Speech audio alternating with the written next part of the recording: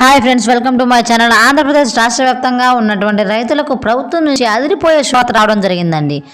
పెట్టుబడి సాయంలో భాగంగా అన్నదాత సుఖీభావకు సంబంధించి ప్రభుత్వం అయితే అదిరిపోయే శుభవార్త చెప్పిందండి.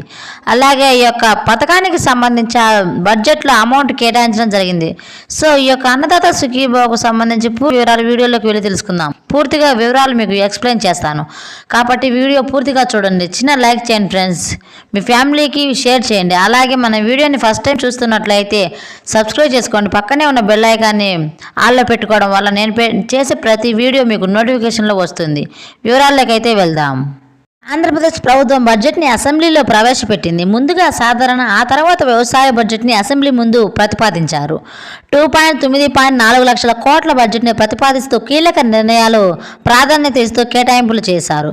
ప్రత్యేకంగా వ్యవసాయ బడ్జెట్ని మంత్రి అచ్చెన్నాయుడు సభలో ప్రవేశపెట్టడం జరిగింది.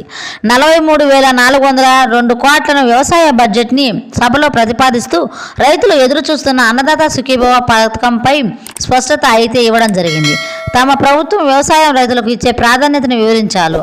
43,402 కోట్ల వ్యవసాయ బడ్జెట్ని ప్రవేశపెట్టిన మంత్రి రాష్ట్రానికి వ్యవసాయం వెన్నెముక లాంటిదని పేర్కొన్నారు.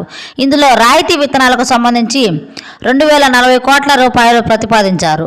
అలాగే భూసార పరీక్షలకు 40 కోట్ల రూపాయలు అయితే కేటాయించడం జరిగింది. అదేవిధంగా పొలం పిలుస్తుంది పథకానికి 11 కోట్లు ప్రతిపాదించారు.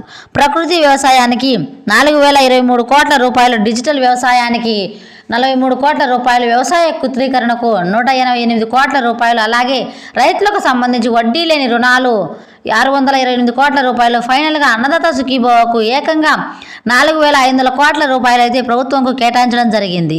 ఈ నేపథ్యంలోనే రైతులు ఎంతగానో ఎదురుచూస్తున్నటువంటి అన్నదాత సుఖీభవ డిసెంబర్ చివరి వారంలో విడుదల చేయాలని సీఎం చంద్రబాబు నాయుడు గారు ఆదేశాలు జారీ చేయడం జరిగింది. ఇదండి ఇవాటి లేటెస్ట్ అప్డేట్. ఈ వీడియో పట్ల ఎలాంటి డౌట్స్ ఉన్నా కామెంట్ సెక్షన్లో కామెంట్ చేయండి, రిప్లై ఇస్తాను.